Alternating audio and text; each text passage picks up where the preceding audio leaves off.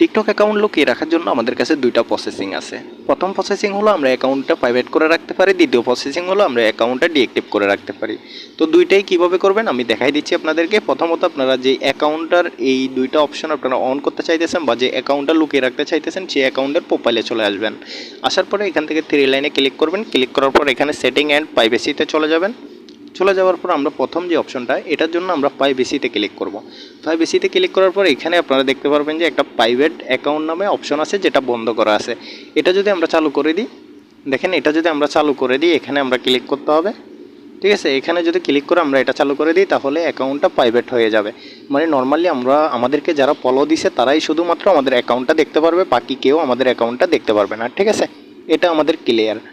দ্বিতীয় যে অপশনটা আছে এটার জন্য আমরা একটু ব্যাকে আসবো। ব্যাকে আসার পর আমরা অ্যাকাউন্টে ক্লিক করব। অ্যাকাউন্টে ক্লিক করার পর এখানে ডিঅ্যাক্টিভ অর ডিলেট অ্যাকাউন্ট আছে, আমরা এখানে ক্লিক করব। এখানে ক্লিক করার পর এখানে একটু লোডিং নেবে। লোডিং নেওয়ার পর এখান থেকে দেখবেন ডিঅ্যাক্টিভ নামে একটা অপশন আছে। ডিঅ্যাক্টিভ মানে কিন্তু ডিলেট না, ডিঅ্যাক্টিভ মানে হলো যে অ্যাকাউন্টে একেবারে লুকিয়ে রাখা, যেন অ্যাকাউন্টে কেউ সার্চ দিয়েও না পায়।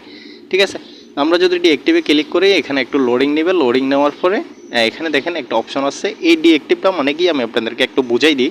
ডিঅ্যাক্টিভটা মানে হলো যে আপনারা চাইলে অ্যাকাউন্টে ডিঅ্যাক্টিভ করে রাখতে পারবেন। ডিঅ্যাক্টিভ কেন করবেন? ডিঅ্যাক্টিভ হলো যে অ্যাকাউন্টটা কারোর থেকে লুকিয়ে রাখতে চাইতেছেন বা কিছুদিনের জন্য অ্যাকাউন্টটা বন্ধ রাখতে চাইতেছেন, তাহলে আপনারা অ্যাকাউন্টটা ডিঅ্যাক্টিভ করতে পারেন। ডিঅ্যাক্টিভে ক্লিক করবেন। ক্লিক করার পর দেখেন আমি ডিঅ্যাক্টিভে ক্লিকে করি।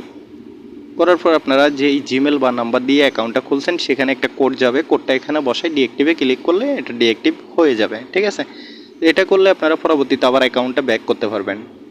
ঠিক আছে, ধন্যবাদ। আজকের ভিডিও এতটুকুই, সবাই ভালো থাকবেন।